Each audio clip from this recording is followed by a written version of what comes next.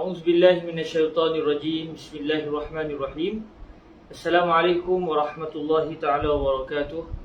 الحمد لله رب العالمين، والصلاة والسلام على الحبيب المصطفى سيدنا ومولانا محمد الكريم وعلى آله وعترته وأصحابه أجمعين. أشهد أن لا إله إلا الله وحده لا شريك له، وأشهد أن حبيبنا وسيدنا ومولانا محمدا عبد الله ورسوله وصفيه من خلقه وحبيبه، أدى الأمانة وبلغ الرسالة ونصح الأمة وكشف الله به الغمة. اللهم صل وسلم وزد وبارك على حبيبنا وسيدنا ومولانا محمد وعلى آل سيدنا محمد. اللهم آمين. أما بعد. Alhamdulillah, syukur kita kepada Allah Subhanahu Wa Taala. Dengan keizinan daripada Allah, kita direzekikan lagi dapat bertemu pada petang yang berbahagia ini untuk membaca syarah Al-Imam Al-Mahalli rahimahullah azza wa jalla terhadap matan Al-Waraqat karangan Imam Al-Haramain Al-Juwaini rahimahullah subhanahu wa ta'ala. Moga Allah azza wa jalla memberikan kepada kita kefahaman di dalam memahami kitab agung ini, kitab yang dianggap sebagai kitab utama di dalam huraian bagi matan Al-Imam Al-Juwaini, Imam Al-Haramain Al-Juwaini rahimahullah subhanahu wa ta'ala. Semoga Allah Azza wa Jalla memberikan kebaikan kepada kita di dalam memahami kitab ini. Allahumma amin. Tuan-tuan, perempuan sedang mendengar yang dirahmati Allah Subhanahu Wa Taala. Dalam pertemuan yang lepas kita telah pun meneliti secara ringkas kisah hidup Sayyidina Imam Al-Haramain Al-Juwaini. Begitu juga kisah hidup Al-Imam Al-Jalal Muhammad bin Ahmad bin Muhammad bin Ibrahim Al-Mahalli rahimahullah Subhanahu Wa Taala. Moga-moga setelah kita meneliti kisah hidup mereka berdua ini, kita akan mengetahui betapa kitab hasil karya dua orang ulama ini bukanlah kitab yang biasa-biasa, melainkan merupakan kitab hasil daripada keilmuan dan ketinggian intelektual dua orang alim ini dalam menghasilkan karya-karya mereka yang insya-Allah kita akan membacanya, iaitu Syarhul Jalal Al-Mahalli ala Waraqat Imam Al-Haramain Al-Juwaini rahimahullah subhanahu wa ta'ala. InsyaAllah kita akan pada hari ini kita akan mula membaca Syarhul Jalal Al-Mahalli biiznillah subhanahu wa ta'ala, insyaAllah subhanahu wa ta'ala. Baik, secara barakahnya saya akan membacakan sanad yang menghubungkan di antara saya sampai kepada Al-Imam Al-Mahalli rahimahullah subhanahu wa ta'ala bagi kitab ini, insyaAllah subhanahu wa ta'ala. قال الفقير إلى الله عز وجل خير النظام ابن حسين ابن يوسف الماليزي: سمعت معظم شرح الجلال المحلي على ورقات إمام الحرمين الجويني من سيدي ومولاي الفقيه الأصولي الشيخ الشريف سيد ابن جمال ابن توفيق ابن عبد الحليم من عائلة شلتوت الشريفة المعروف بالشيخ سيد شلتوت الشافعي الأشعري الحسني حفظه الله تعالى، وأجازني لباقيه، وفضيلته يرويه إجازة عن عمدته في الفقه والأصول وغيرهما من الفنون الإمام العالم العلامة مفتي الديار المصرية سيدي ومولاي نور الدين علي بن جمعة بن محمد الشافعي الأشعري الشاذلي حفظه الله تعالى، عن العلامة المسند الفقيه المحدث الشيخ السيد عبد الله بن محمد الصديق الغماري، عن الشيخ المعمر محمد العقوري خادم الإمام الباجوري، عن الإمام العلامة الفقيه المتكلم المحدث المحقق شيخ الأزهر الشريف سيدي إبراهيم بن محمد الباجوري، عن الإمام العلامة الشيخ المسند محمد بن محمد بن أحمد بن عبد القادر المعروف بالأمير الكبير، عن الشيخ علي بن أحمد الصعيدي العدوي المالكي، عن الشيخ أبي عبد الله محمد بن عبد الرحيم بن محمد السلموني الأزهري المالكي. Cuma pada buku yang bercetak tu ada sedikit kesilapan pada baris tu. Saya tanwinkan pada huruf Muhammad. Ani Syekh Abi Abdullah Muhammadi Sepatutnya tanpa tanwin, tanpa tanwin. Boleh dibetulkan bagi yang memiliki kitab. Saya tertanwinkan dia. Ani Syekh Abi Abdullah Muhammad ibn Abdul Rahim ibn Muhammad As-Salmuni Al-Azhari Al-Maliki. Ani Al-Imam Al-Syekh Abi Abdullah Muhammad ibn Abdullah ibn Ali Al-Kharashi أول شيخ الجامع الأزهر الشريف عن الشيخ الفقيه عبد الباقي ابن يوسف الزرقاني المالكي كلاهما عن الشيخ البرهان إبراهيم ابن حسن اللقاني عن شهاب الدين أحمد ابن القاسم العبادي عن شهاب الدين أحمد ابن محمد المعروف بابن حجر الهيتمي عن شرف الدين عبد الحق السنباطي عن المؤلف شارح الورقات جلال الدين محمد ابن أحمد ابن محمد المحلي. Jadi kalau kita lihat salah silah yang menghubungkan di antara saya dengan Imam Al-Mahalli, saya telah mendengar kebanyakan kitab ini daripada guru saya Fadilatul Syekh Said Shaltut Asy-Syafi'i.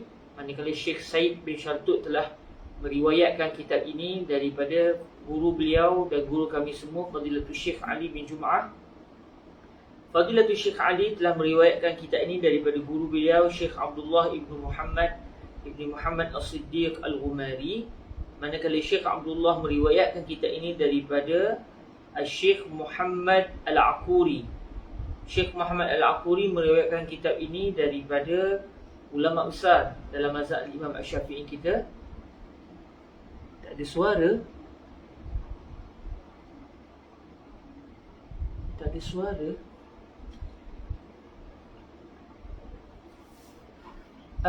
Dengar tak suara saya? Masih tak dengar suara ke? Boleh respon siapa yang ikut. Suara saya tak dengar ke macam mana? Okey, jelas Alhamdulillah. Sebab tak ada setting-setting apa, memang daripada sebelum ni memang beginilah suaranya. Okey Alhamdulillah. Jadi Syekh Muhammad Al-Aquri meriwayatkan kitab ini daripada Al-Imam Ibrahim bin Muhammad Al-Bajuri, iaitu Syekhul Azhar Syarif yang terkenal dengan pelbagai kitab, antaranya Hasya Al-Imam Al-Bajuri ala Jawharat At-Tauhid, Hasya Al-Imam Al-Bajuri ala kitabnya Ibn Qasim Al-Ghazi. Jadi banyaklah kitab karangan Al-Imam Al-Bajuri ini. Jadi Al-Imam Al-Bajuri pula meriwayatkan kitab ini daripada guru beliau yang dikenali dengan nama Al-Amir Al-Kabir. Manakala Al-Amir Al-Kabir meriwayatkan kitab ini daripada guru beliau yang bernama Ali bin Ahmad As-Sa'idi. Syekh Ali bin Ahmad As-Sa'idi pula meriwayatkan kitab ini daripada guru beliau, iaitu Syekh Muhammad bin Abdul Rahim bin Muhammad As-Salmuni. Manakala Syekh Muhammad bin Abdul Rahim pula meriwayatkan kitab ini daripada guru beliau, iaitu salah seorang Syekhul Azhar yang pertama, Syekhul Azhar yang pertama, iaitu Imam Muhammad bin Abdullah bin Ali Al-Kharashi. Jadi sanad kita ini melalui beberapa orang ulama-ulama Al-Azhar yang hebat-hebat. Antaranya kalau kita tengok Syekh Al-Imam Al-Bajuri sendiri adalah merupakan Syekhul Azhar satu ketika dahulu. Begitu juga dengan sanad ini juga melalui Syekhul Azhar yang mula-mula sekali yang dirasmikan sebagai Syekhul Azhar, iaitu Al-Imam Muhammad bin Abdullah bin Ali Al-Kharashi yang meninggal dunia pada 17 Zulhijjah 1101 Hijriah. Manakala manakala Al-Imam Al-Kharashi pula meriwayatkan kitab ini. Ada dua orang yang meriwayatkan kitab ini. Syekh Muhammad bin Abdul Rahim bin Muhammad As-Salmuni meriwayatkan kitab ini daripada dua orang guru beliau. Yang pertama Syekhul Azhar yang pertama tadi, iaitu Al-Imam Al-Kharashi. Guru kedua beliau pula adalah Al-Imam Abdul Baqi bin Yusuf Az-Zurqani. Al-Imam Al-Kharashi dengan Az-Zurqani kedua-duanya meriwayatkan kitab ini daripada Al-Imam Ibrahim bin Hasan Al-Laqani, iaitu Al-Imam Burhanuddin Al-Laqani. Manakala Burhanuddin Al-Laqani pula meriwayatkan kitab ini daripada guru beliau yang sangat terkenal dalam mazhab Syafi'i kita, iaitu Al-Imam Ahmad bin Ibn Al-Qasim Al-Abbadi, Ibn Al-Qasim Al-Abbadi, Ahmad bin Al-Qasim Al-Abbadi, yang meninggal dunia pada tahun 994 Hijriah.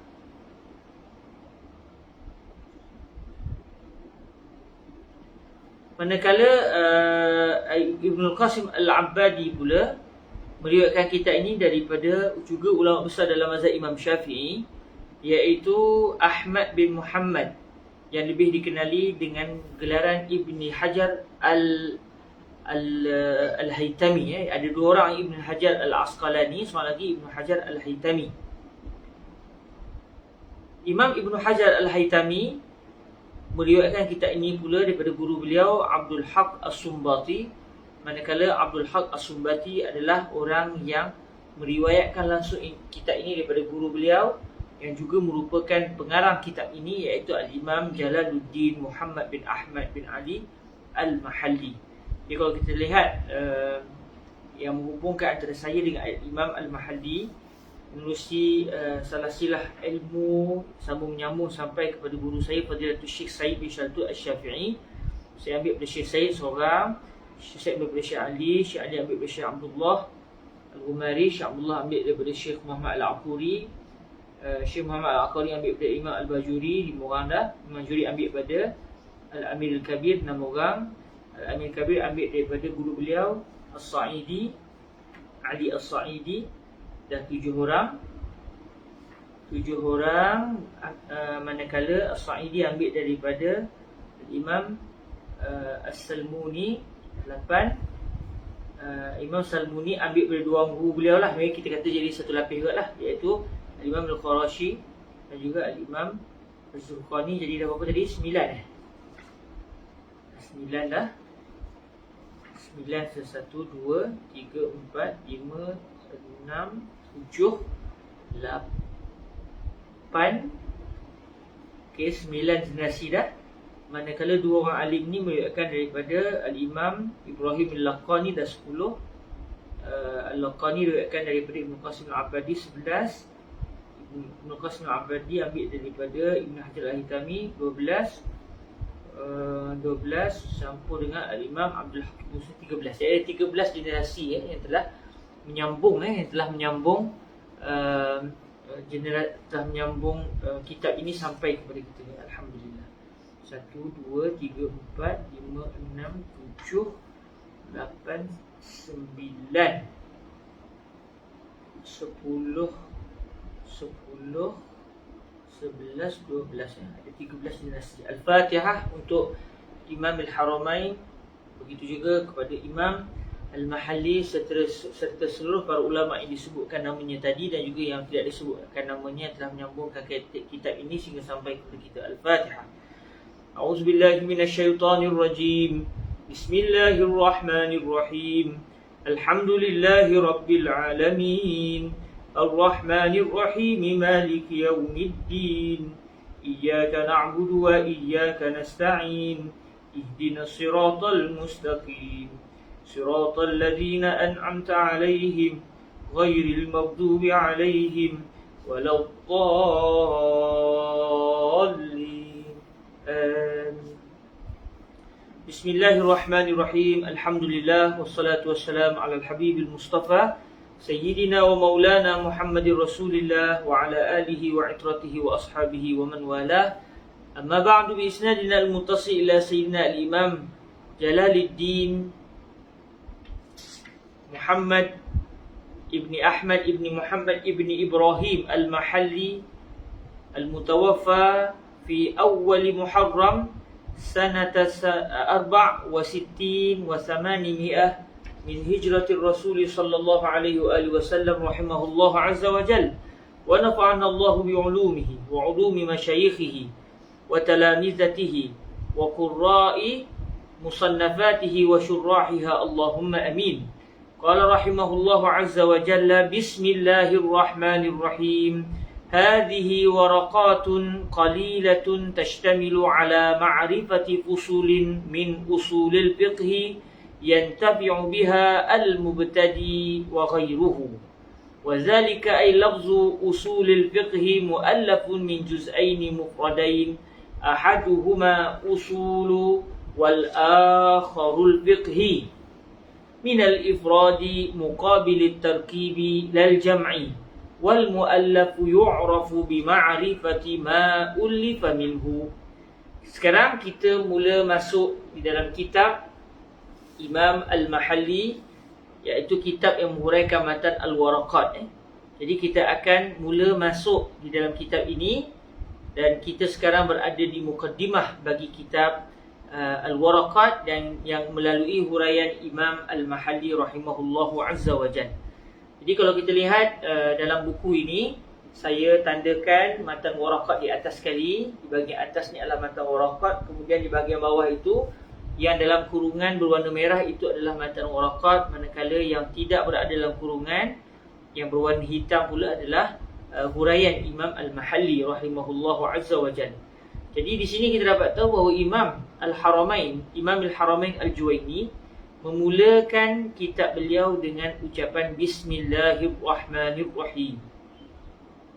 Ini penting ya. Kita nampak mungkin biasa, tetapi sebenarnya dalam Islam kita diajar oleh baginda Rasul sallallahu alaihi wasallam, begitu juga dengan para sahabat turun ke bawah, bahawa nak apa benda sekalipun, nak lakukan apa perkara sekalipun, kita mulakan dengan Bismillahirrahmanirrahim. Yang kalau ikut dalam bahasa Melayu kita akan bermaksud dengan nama Allah yang Maha Pemurah lagi Maha Mengasihi, yang Maha Menyayangi. Dengan nama Allah yang Maha Pemurah, iaitu Maha Murah rahmatnya dan Maha Menyayangi. Jadi dimulakan ucapan ini untuk menyatakan bahawa dengan nama Allah sahajalah. Dengan nama Allah sahajalah, yang mana Allah ini Tuhan yang Maha Pemurah lagi Maha Mengasihi. Ayat itu tergantung sebenarnya, tapi ada takdir dia. Saya menulis kitab ini. Jadi Bismillahirrahmanirrahim ini, siapa yang belajar bahasa Arab kita akan tahu Bismillah itu adalah jar wa majrur. Ba tu adalah ba harful jar, manakala ismi itu jatuh pada keadaan majrur. Jadi setiap jar dan majrur dia akan berkait dengan jumlah yang lain. Macam tu, dengan nama Allah. Okey, apa dia? Apa benda? Apa kaitannya? Jadi kita kata saya menulis kitab ini dengan nama Allah. Maksud dia dengan berkat nama Allah. Boleh juga difahami begitu. Atau dengan bantuan nama Allah. Boleh juga Jadi kalau kita lihat kitab-kitab yang huraikan Al-Basmalah, huraikan Bismillahirrahmanirrahim, mereka akan menyatakan pelbagai kemungkinan yang diinginkan oleh sesiapa sahaja yang mendatangkan Bismillahirrahmanirrahim. Jadi Bismillahirrahmanirrahim ini antara yang dipilih juga oleh para ulama. Mereka akan kata maksud para ulama kita sewaktu mereka menulis kitab, mereka dahulukan dengan Bismillahirrahmanirrahim. Maksud dia Bismillahirrahmanirrahim u'allif. Saya dengan nama Allah, maksudnya dengan hanya bantuan, boleh juga difahami itu. Jadi ba tu panggil ba al-isti'anah, ataupun ba dengan maksud lil barakah, boleh juga maksudnya dengan berkat, dengan memohon keberkatan, dengan berkat nama Allah Azza wa Jalla saya menulis. Jadi contoh macam kalau kita makan, bila kita makan kita pun sebut Bismillahirrahmanirrahim, maka ketika itu takdir dia ataupun maksud kita sebut Bismillahirrahmanirrahim waktu makan, iaitu Bismillahirrahmanirrahim kul, dengan nama Allah yang Maha Pemurah lagi Maha Mengasihi saya makan. Saya makan ini dengan apa? Dengan berkat. Maksudnya kita memohon agar makanan kita itu berserta dengan keberkatan daripada Allah. Itu satu kemungkinan. Atau sebenarnya boleh juga dipahami dengan maksud dengan bantuan nama Allah Azza wa Jal, kerana tidak akan berlaku satu perkara melainkan dengan izin Allah Azza wa Jalla. Jadi itu kalau kita makan, kalau kita bangun tidur, ataupun kita melakukan apa saja, kita akan juga sebut Bismillahirrahmanirrahim. Benda-benda penting yang bagus kita akan mulakan dengan Bismillahirrahmanirrahim. Maknanya kalau kita nak contoh kita nak ambil buku, Bismillahirrahmanirrahim, kita ambil. Jadi ketika itu dia akan jadi takdirnya dengan nama Allah lagi yang Maha Pemurah lagi Maha Mengasihi, saya mengambil kitab ini. Cuma bagi seorang yang memulakan tulisannya dengan Bismillahirrahmanirrahim di dalam kitab, maka sebagai ulama kata maksudnya dengan nama Allah yang Maha Pemurah lagi Maha Mengasihi, saya memulakan tulisan. Cuma sebagai ulama lain kata, kenapa kita takdirkan begitu? Kenapa kita fahami begitu? Alangkah baiknya kalau kita fahami dengan nama Allah yang Maha Pemurah lagi Maha Mengasihi, saya menulis kitab ini. Supaya keberkatan itu bukan hanya pada permulaan. Kalau saya memulakan kitab ini dengan Bismillahirrahmanirrahim, seakan-akan kita memohon keberkatan itu hanya pada permulaan kitab. Sebagian ulama faham gitu. Maka seeloknya, sebagai ulama sebut, lebih elok kalau kita fahami takdir ataupun maksud yang tidak disebut di dalam kenyataan Bismillahirrahmanirrahim di sini adalah kita sebut dengan nama Allah yang Maha Pemurah lagi Maha Mengasihi, saya menulis kitab ini supaya seluruh isi kandung kitab ini disertai dengan keberkatan nama Allah Azza wa Jalla.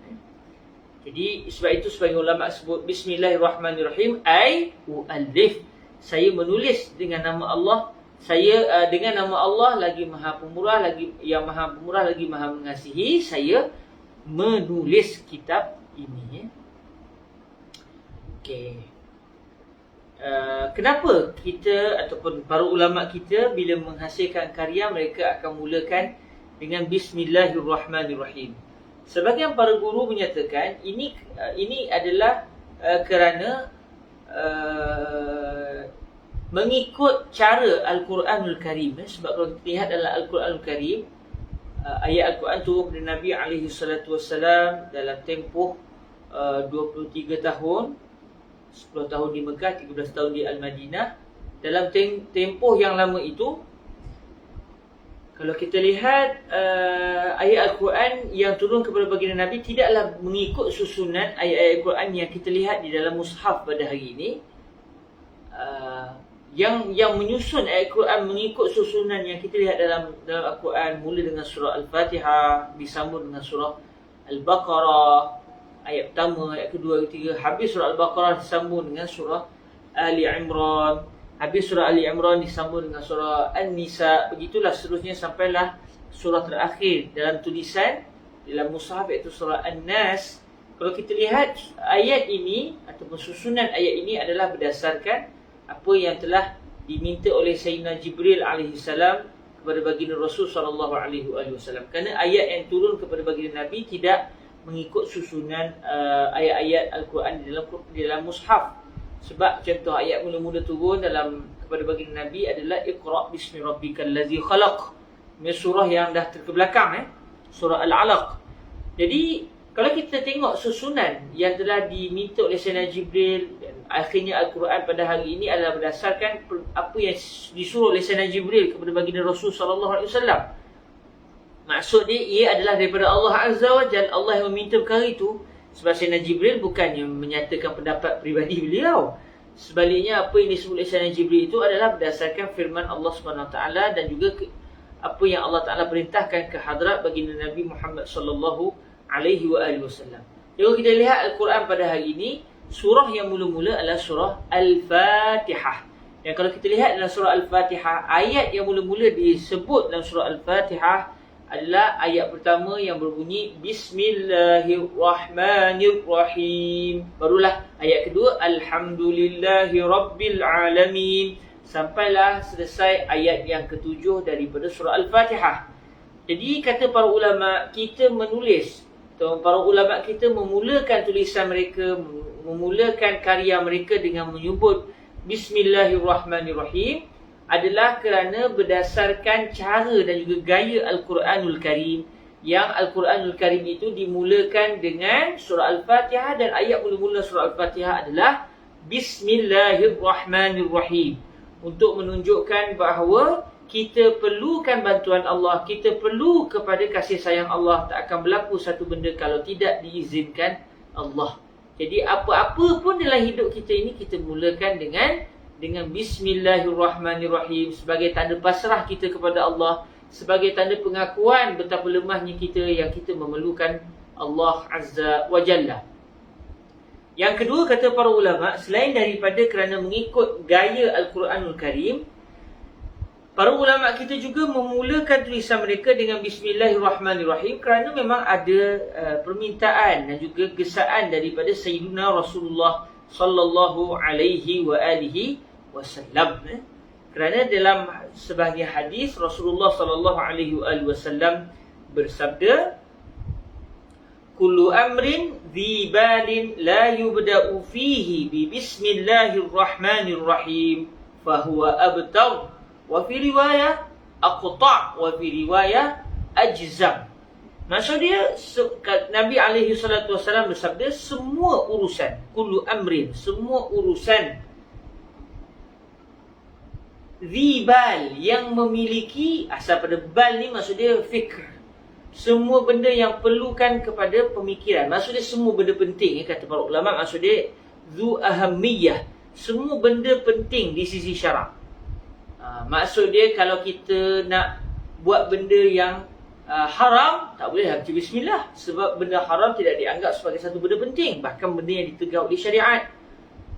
Begitu juga kalau benda itu ditegah oleh syariat, walaupun tidak haram tapi makruh.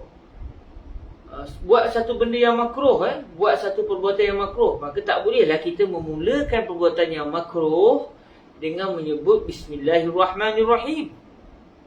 Okey. Jadi benda yang penting ni apa dia? Benda yang wajib. Okey. Kemudian benda yang sunat. Begitu juga kalau benda itu benda yang harus tetapi dianggap juga satu benda yang penting. Contoh macam makan, minum, tidur, kita nak lepaskan badan kita contoh. Tapi kalau benda itu contohnya kita nak buang sampah. Buang sampah walaupun penting, tapi dia tidak dianggap satu benda yang sesuai untuk dipadankan dengan nama Allah Azza wa Jalla. Maka janganlah semasa kita angkat kotoran tu, kita membuang kotoran, kita nak masukkan dalam tong sampah, kita sebut Bismillahirrahmanirrahim. Tak kena. Kerana dia ada unsur yang tidak sesuai dengan nama Allah yang mulia, sedangkan perbuatan yang kita lakukan adalah perbuatan yang mengandungi unsur-unsur kotoran. Jadi maknanya semua benda penting, contoh macam menghasilkan karya, contoh dalam masa kita nak masuk masjid, semua benda-benda yang bersifat penting begitu dituntut untuk kita memulakannya dengan Bismillahirrahmanirrahim. Okey, jadi kata Rasulullah sallallahu alaihi wasallam, kullu amrin dhi balin, semua benda, semua urusan yang memiliki kepentingan, la yubda'u fihi, tiba-tiba tidak pula dimulakan perkara yang penting tadi dengan menyebut Bismillahirrahmanirrahim, fahuwa, maka perkara itu adalah aqta', dan sebagai riwayat ajzam, sebagai riwayat abtar. Maksudnya benda itu sudah terputus. Benda yang kita nak lakukan itu sudah terputus. Maksudnya kalau kita nak menghasilkan karya kita sudah dianggap karya yang terpotong. Maksud dia walaupun karya tu ada, tapi ada bahagiannya yang sudah hilang, yang sudah terpotong. Macam kita menghadiahkan satu benda kepada orang tapi tak sempurna kerana ada bahagiannya sudah putus. Maksud dia, kata para ulama, qalilul barakah. Apa yang terpotong itu? Yang terpotong itu maksud dia benda yang kita hasilkan itu kurang berkatnya. Ada keberkatan tetapi keberkatannya itu sudah terputus. Ada bahagian berkat itu dah hilang. Ada bahagian berkat itu sudah tiada. Dengan sebab apa? Kerana tidak disertai dengan ucapan Bismillahirrahmanirrahim. Jadi sebab itulah kalau kita lihat para ulama kita, suatu mereka memulakan ucapan, mereka akan mulakan dengan Bismillahirrahmanirrahim. Kerana ini adalah saranan daripada Sayyidina Rasulullah sallallahu alaihi wasallam yang meminta supaya semua benda penting didahulukan dengan Bismillahirrahmanirrahim. Yang mana ucapan Bismillahirrahmanirrahim ini adalah tanda bahawa orang itu benar-benar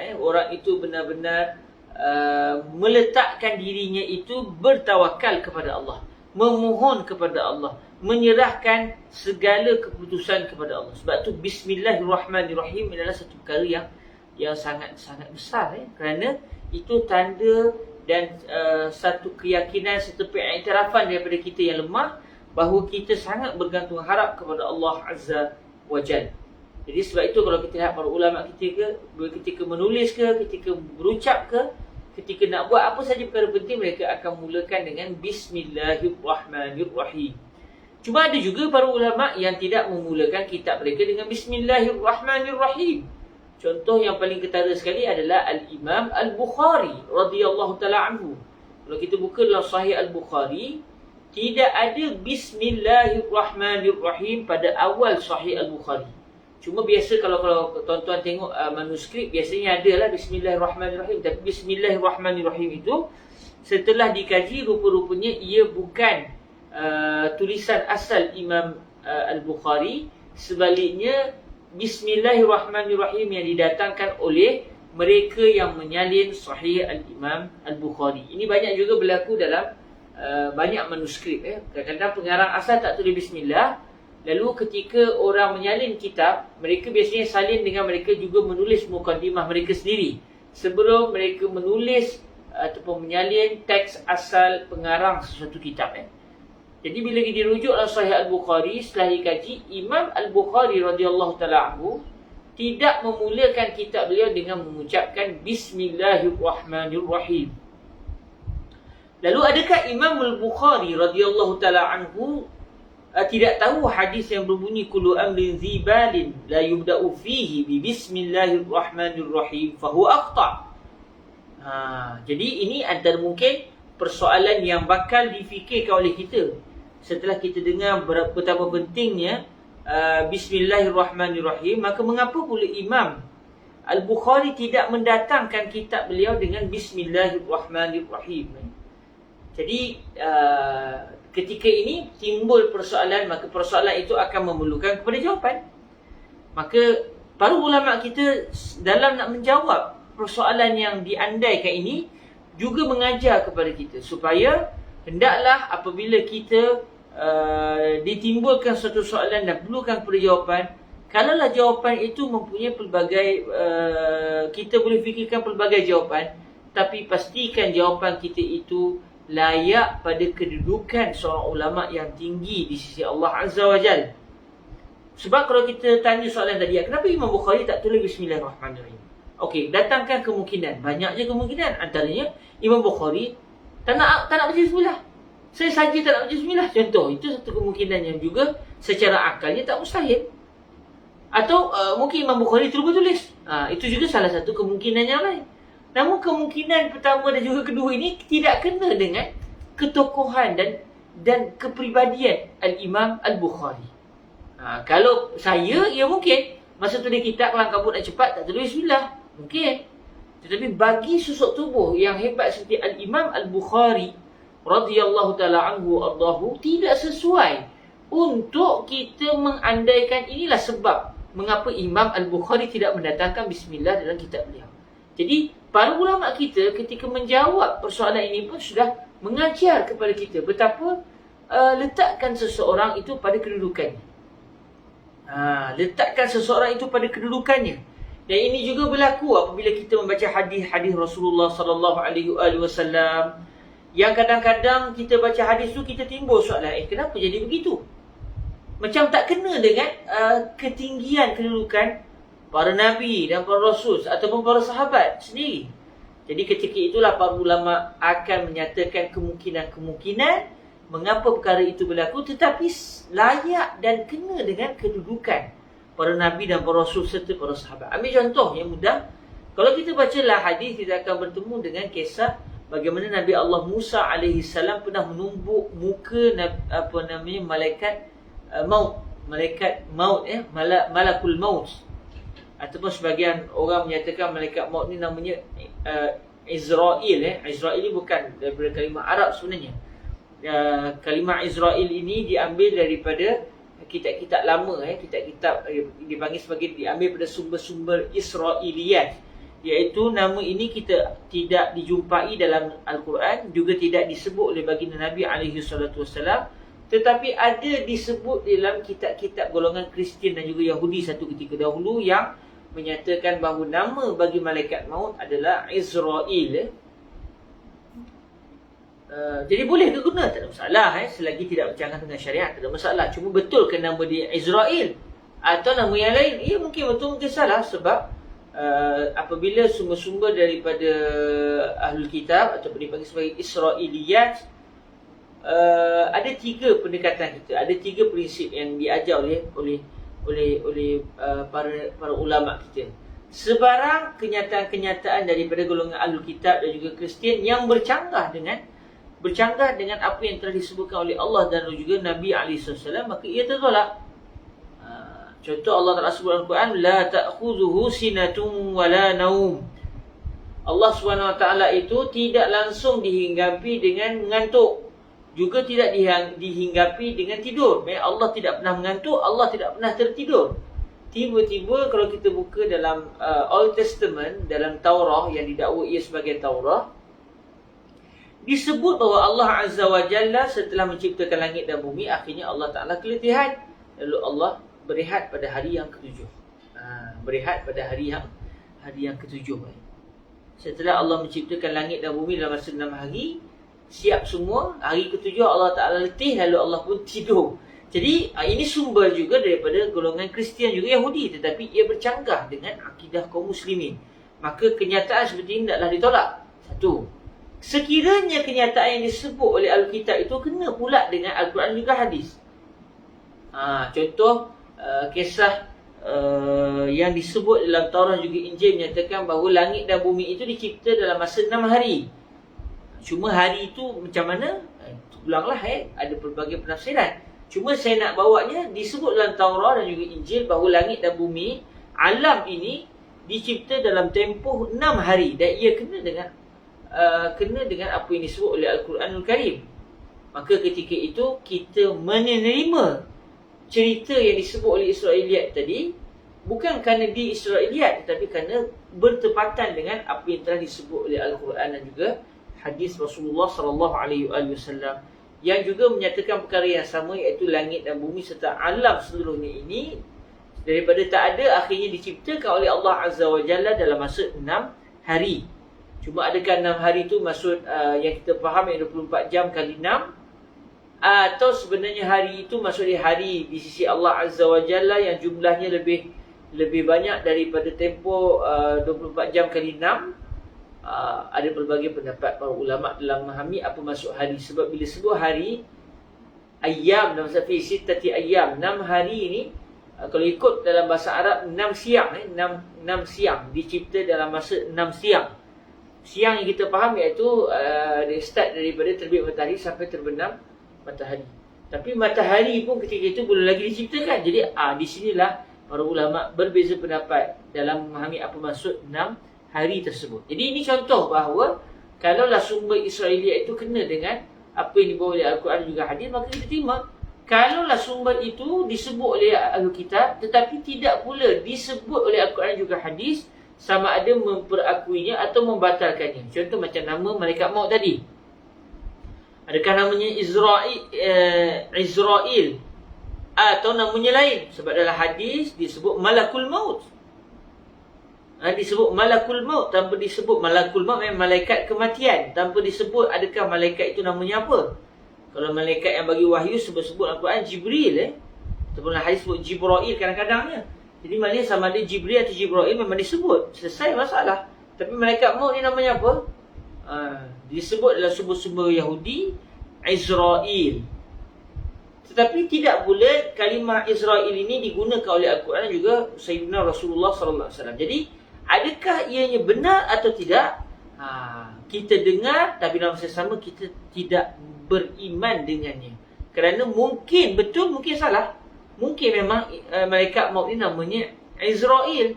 Mungkin sebenarnya bukan namanya Israel, tapi ini adalah tambahan dan juga penipuan yang didatangkan oleh Alkitab. Mungkin juga. Jadi dalam isu-isu begini kita tak pasti.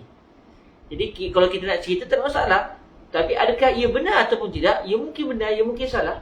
Dan sebab itu kalau kita lihat dalam kitab-kitab tafsir yang lama, banyak kisah-kisah Israiliyat ini didatangkan dalam tafsir. Banyak orang kecam kata tafsir lama. Kenapa tafsir lama ada banyak cerita-cerita Israiliyat yang kadang-kadang bukan Israiliyat jenis yang ketiga tadi, yang tidak ada dalil daripada Al-Quran dan hadis yang bertentangan atau bersepakat dengannya. Kadang-kadang dalam kitab-kitab tafsir disebut Israiliyat yang memang bercanggah dengan akidah kaum muslimin. Tapi didatangkan juga oleh para ulama kita dahulu dalam kitab-kitab tafsir mereka. Ada orang kata ini satu kekurangan, mengapa ulama kita buat macam ni. Tapi bila dirujuk kembali, rupa-rupanya orang zaman itu mereka dapat mengetahui mana satu Israiliyat, mana satu kisah yang bersumberkan Al-Quran juga hadis Rasulullah SAW. Jadi para ulama dahulu ketika mereka mendatangkan Israiliyat yang kadang-kadang bercanggah dengan akidah, seakan-akan sebenarnya mereka nak beritahu ini maklumat tambahan yang disebut oleh Alkitab dan kita semua tahu benda ni tak betul. Sekadar maklumat tambahan. Cuma oleh kerana orang zaman tu tahu ini kisah Israiliyat yang bercanggah dengan akidah, jadi sekadar tambahan mereka, punya masyarakat Kristian juga Yahudi memahaminya seperti ini, sedangkan ia bercanggah dengan akidah kaum muslimin. Tapi bila berlalu zaman, orang ingat inilah sebenarnya akidah kaum muslimin, sedangkan para ulama sewaktu menulis dahulu mereka mendatangkan fakta tambahan untuk sebagai maklumat tambahan kepada kaum muslimin bahawa ini adalah maklumat yang diambil daripada golongan Ahlul Kitab. Mungkin betul, mungkin salah. Kalau bercanggah dengan syariat memang salah betul lah. Jadi kadang-kadang kisah-kisah begini kita perlu halusi kembali. Sebab tu sebagian guru kita, sebabkan realiti kita pada hari ini tak dapat nak beza, masyarakat awam secara umum tu tak dapat nak beza mana satu Israiliyat yang betul, mana satu Israiliyat yang bercanggah dengan syariat, mana satu Israiliyat yang tak pasti adakah ianya betul ataupun salah.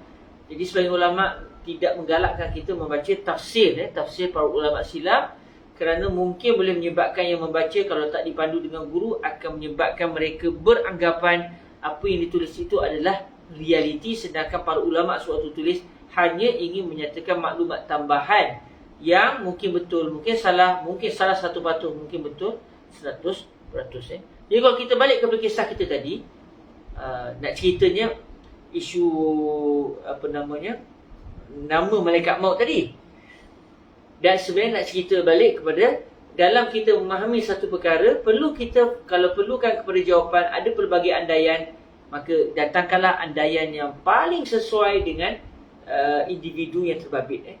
Jadi kalau kita lihat dalam hadis sebagai contoh, disebut kisah Nabi Allah Musa AS menumbuk muka malaikat maut.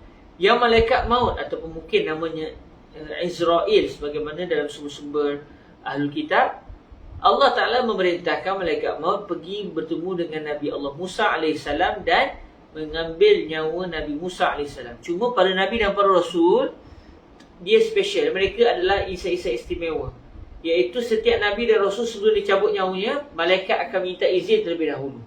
Tak macam kita, malaikat tak minta izin, cabut je terus kan. Kau sampai waktu, cabut je. Tapi para Nabi dan para Rasul tidak begitu. Mereka akan diminta izin terlebih dahulu sebelum mencabut nyawa mereka.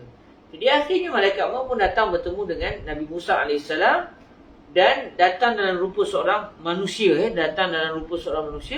Kemudian sebut pada Nabi Musa AS, aku datang untuk mengambil nyawa kamu.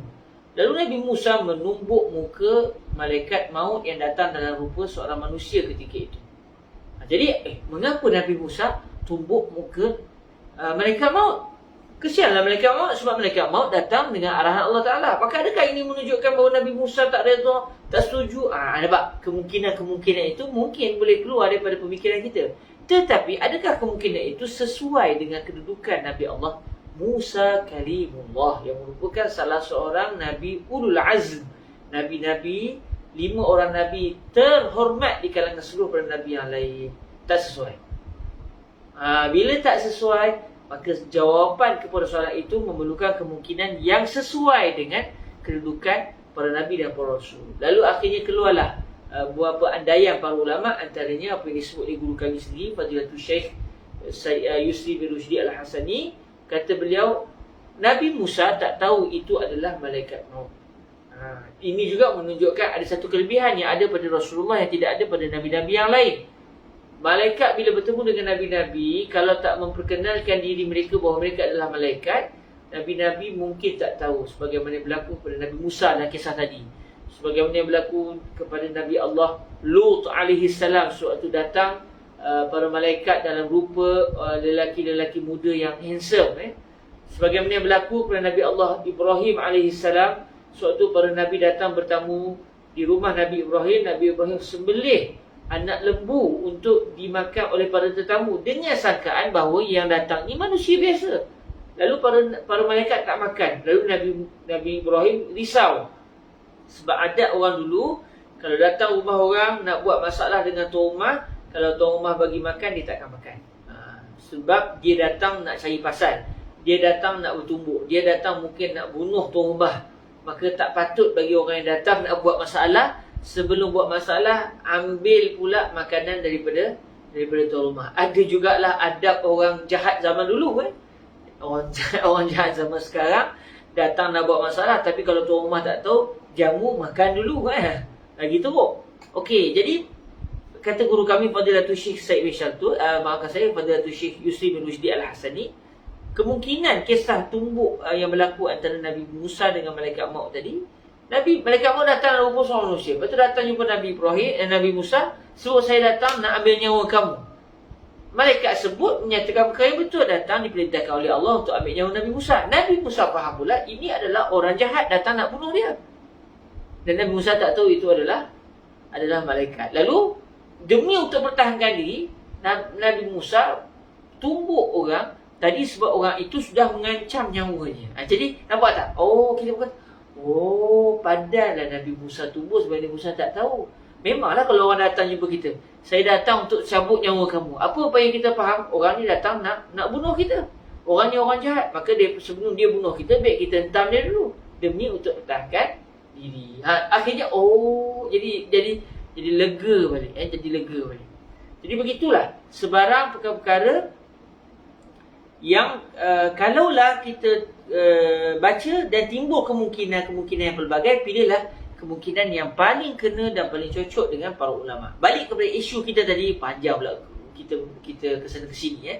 Balik kepada kisah kita tadi, sebahagian para ulama ketika menulis kitab tidak mendatangkan Bismillahirrahmanirrahim. Contoh seperti Al-Imam Al-Bukhari, maka akan keluar pelbagai kemungkinan. Namun ada kemungkinan tak sesuai dengan Imam Al-Bukhari, susuk tubuh yang sangat dikenali, yang sangat memberi kesan yang mendalam kepada dunia hadis Rasulullah secara khususnya. Maka ketika itu keluarlah kemungkinan yang pelbagai yang akhirnya disebut oleh para ulama yang kena dengan realiti dan juga kedudukan Al-Imam Al-Bukhari. Antaranya, ulama kata, kenapa Imam Bukhari? Sebab ini soalan, ini satu benda yang agak aneh. Macam Imam Al-Mahali datangkan, Imam Mahali ketika menghuraikan beliau tak datang kalau bismillah. Tapi Imam Al-Haramain Al-Juwayni surat itu mendatangkan matan, beliau sebut Bismillahirrahmanirrahim.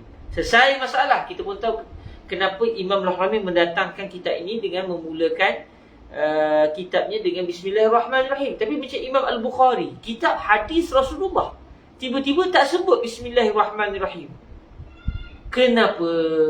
Lalu sebagian ulama kata, Al-Imam Al-Bukhari radhiyallahu ta'ala anhu, walaupun tidak menulis Bismillahirrahmanirrahim dalam bentuk tulisan, tetapi tidak mustahil beliau menyebut Bismillahirrahmanirrahim sebelum menulis hadis-hadis Rasulullah sallallahu alaihi wasallam. Yang dituntut adalah menyebut Bismillahirrahmanirrahim.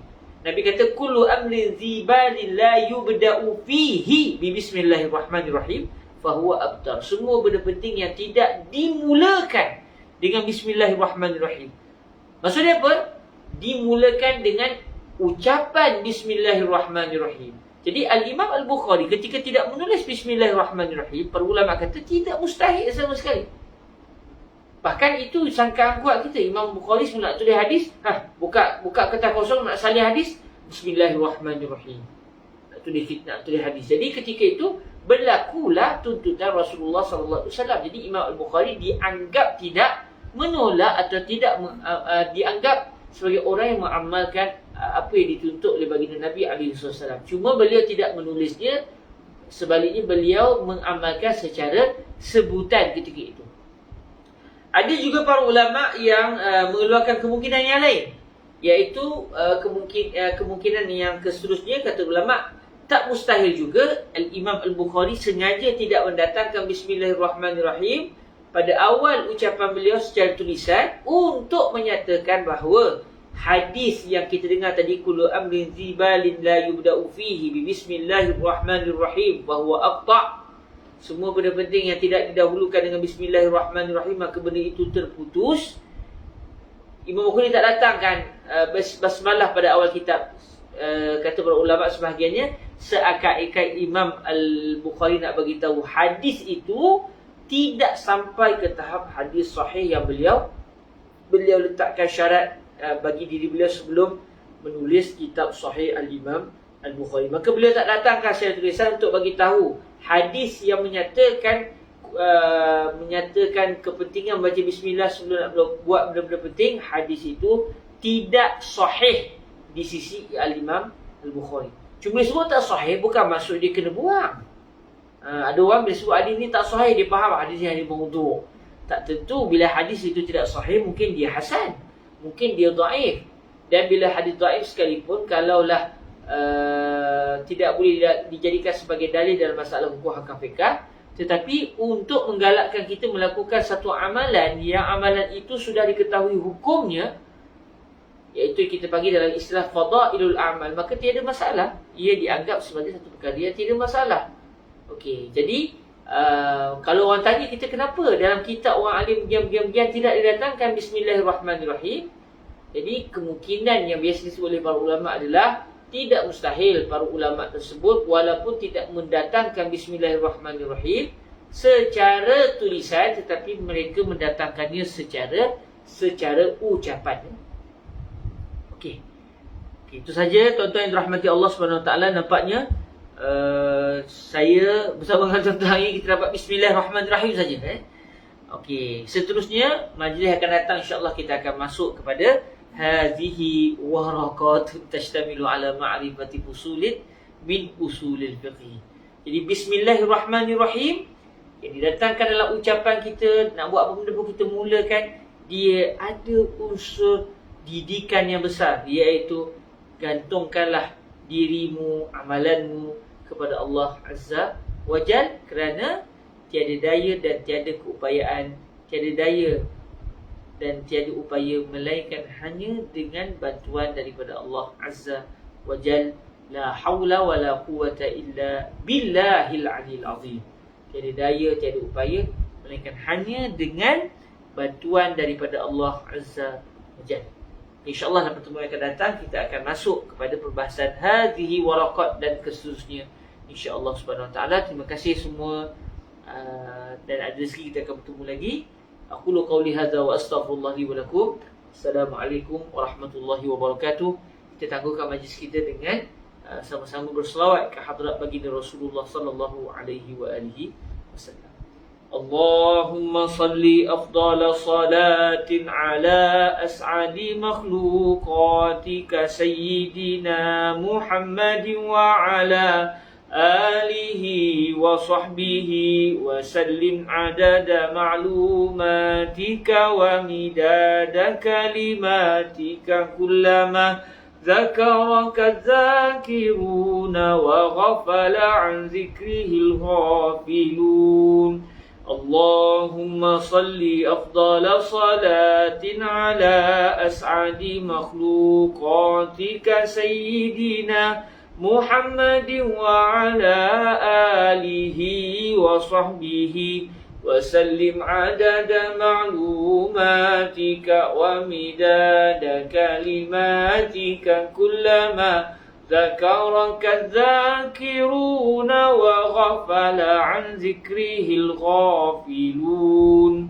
اللهم صل أفضل صلاة على أسعد مخلوقاتك سيدنا محمد وعلى آله وصحبه وسلم عدد معلوماتك ومداد كلماتك كلما ذكرك الذاكرون وغفل عن ذكره الغافلون. سبحانك اللهم وبحمدك أشهد أن لا إله إلا أنت أستغفرك وأتوب إليك. بسم الله الرحمن الرحيم. والعصر إن الإنسان لفي خسر إلا الذين آمنوا وعملوا الصالحات وتواصوا بالحق وتواصوا بالصبر. Terima kasih semua. Jazakumullahu khairah. Bertemu lagi di minggu hadapan insya-Allah untuk menyambung pembacaan Syarhul Jalalil Mahalli biiznillah subhanahu wa taala. Aqulu qawli hadza wa astaghfirullah li wa lakum. Assalamualaikum warahmatullahi wabarakatuh.